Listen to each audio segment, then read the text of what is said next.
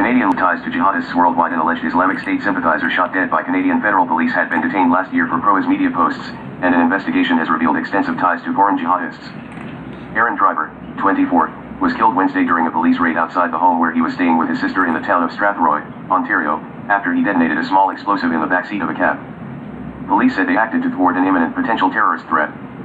Driver first came to the attention of authorities in October 2014 with tweets in support of his and justifying the killing of a soldier standing guard at the Canadian National War Memorial in Ottawa by a young Muslim convert.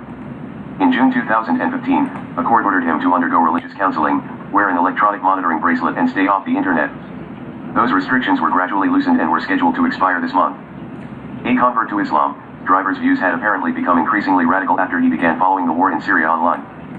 If a country goes to war with another country or another people or another community, I think that they have to be prepared for things like the October 22, 2014 attack in Ottawa, Driver told the CBC. And when it does happen they shouldn't act surprised. They had it coming to them, they deserved it. Still, he publicly disavowed violence. I don't think there's a reason for Canadians to think that I'm a threat, he said. Mischief makers. The RCMP, however, revealed that Driver had been in fairly constant contact with violent extremists around the world. They included 2 members of the Islamic State group, a British youth arrested for his involvement in a terror plot targeting Australia, and Elton Simpson, one of 2 Americans who launched an attack on a Texas exhibition of caricatures of the Prophet Muhammad last year. Investigators searching Driver's home in 2015 found a recipe for homemade bombs on his computer. In a video released by the RCMP on Thursday, Driver warned Canadians, "You have Muslim blood on your hands and for this we will have your blood." He called Canadians and their allies mischief makers who spread oppression and corruption. He's "You will pay for racist everything that you toward have done against Canadians. us," he said, dressed in black clothes and a balaclava. According to Canadian media, Driver converted to Islam in his teens after a difficult childhood and a split with his father. Public broadcaster CBC said his mother died when he was 7 years old.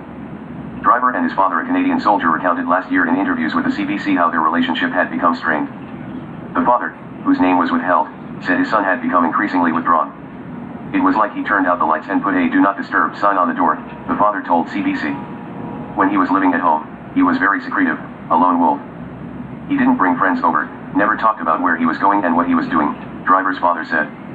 Driver lived away from home during most of his teenage years. At age 17 he turned to religion. Baptized Christian in his birth province of Saskatchewan, he started reading the Bible, he said, but added, "I just decided it couldn't possibly be the Word of God." After exploring other religions, he converted to Islam. You're totally wrong. It's too bad about that.